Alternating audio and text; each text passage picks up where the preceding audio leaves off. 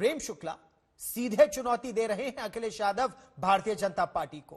कह रहे हैं हर चैलेंज के लिए तैयार है, अभी सच को तैयारी की जरूरत नहीं, वो समय बताए, जगह बताए।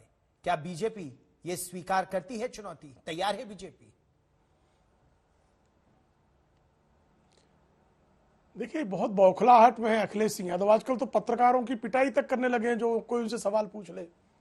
आज तक की एंकर का किस तरह से उन्होंने अपमानजनक व्यवहार किया था आपको ध्यान ही होगा।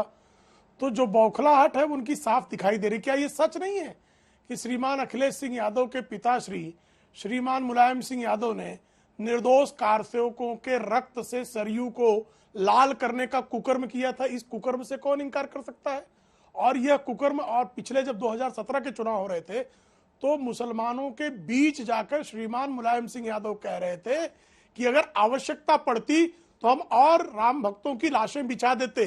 क्या यह सत्य नहीं है? अभी 2017 के चुनाव तक ये पूछते थे कि मंदिर वहीं बनाएंगे, तारीख नहीं बताएंगे। आज हम जब मंदिर वहां भव्य दिव्य निर्माण हो रहा है और जब हम आपको याद दिला रहे हैं कि हत्यारे हैं हिंदुओं के, ये राम भक्तों के हत्यारे। मुजफ्फरनगर के दंगों में जिस तरह से हिंदू बेटी के साथ जो है अभद्रता करने पर, उसका विरोध करने पर जिन हत्यारे मुसलमानों ने उनके भाइयों की हत्या की, उन हत्यारों को मोहम्मद आजम खां ना केवल छुड़ा देता है पुलिस थाने से, बल्कि वहां के एसपी और डीएम को घंटे भर में ट्रांसफर कर देता है। 50 जो है 60 जो है हिंदुओं की हत्या हो जाती है, 1500 हिंदुओं को गिरफ्तार कर लिया जाता है। हिंदुओं को, हिंदू दंगा पीड़ितों को मुआवजा नहीं दिया जाता और मुस्लिम दंगा पीड़ितों को मुआवजा दिया जाता है। सर्वोच्च न्यायालय को हस्तक्षेप करना पड़ता है। इनके कुकर्मों की सूची इतनी लंबी है कि उसको अगर हम सिर्फ बोलने बैठ गए तो श्रीमान अखिलेश सिंह यादव की कई पीढ़ियां उसका उत्तर नहीं दे पाएंगी। जी, किस बात का उत्तर देंगे? किस बात का उत्तर देंगे? बुंदेलखंड को उन्होंने प्यासा मार दिया, इस बात का उत्तर देंगे? ठीक ठीक। मनोज सिंह काका, योगी आदित्यनाथ ने बड़ा प्रहार ये कहते हुए कहा कि समाजवादी पार्टी की टोपी सनी हुई है राम भक्तों के खून से।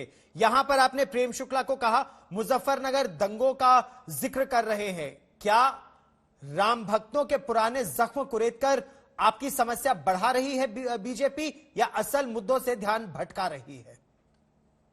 देखिए, आज पूज्य बापू का शहादत दिवस है, शहीद दिवस है, और कम से कम भारतीय जनता पार्टी की जो विचारधारा है उसी ने पूज्य बापू की हत्या की थी। तो पूज्य बापू के चरणों में नमन करते हुए मैं अपनी बात शुरू करना चाहता हूं कि भारतीय जनता पार्टी को अब न उत्तर प्रदेश में जो बेरोजगारी चरम पर है 18.9% वो नहीं दिख रही है।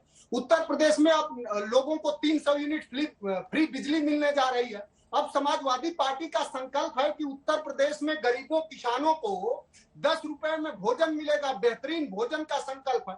अब उत्तर प्रदेश में समाजवादी पार्टी ने यह संकल्प लिया है कि सिर्फ एक सेक्टर में, आईटी सेक्टर में 22 लाख रोजगार देंगे। अब उत्तर प्रदेश के लोगों ने यह संकल्प लिया हुआ है कि अब उत्तर प्रदेश के नौजवानों को जो लैपटॉप 22 लाख बटा था वो लैपटॉप हो सके 50 लाख बटे। अब उत्तर प्रदेश के जो रोजगार, जो लोग नौजवान श्रमिक जो खोज रहे हैं, जो किसान अपने फसलों का दाम खोज रहा है, उसको उसने देखा कि उसकी जो साझी विरासत है अखिलेश यादव जी की और जयंत चौधरी जी की, उस साझी विरासत ने यह संकल्प लिया है कि उत्तर प्रदेश के किसानों पर अब धार नहीं चढ़ेगी, बल्कि किसानों के रबी के, खरीफ के, जायद के फसलों का एमएसपी मूल्य दिया जाएगा। अब भारतीय जनता पार्टी बेचैन है, क्योंकि अगर आप शामली में देख लें, थाना भवन में देख लें, मुजफ्फरनगर में देख लें, सहारनपुर में देख लें, माठ में देख लें, सरगना में देख लें, हस्तिनापुर में देख लें, तो भारतीय जनता पार्टी के प्रत्याशियों को पैर रखने की जगह नहीं है।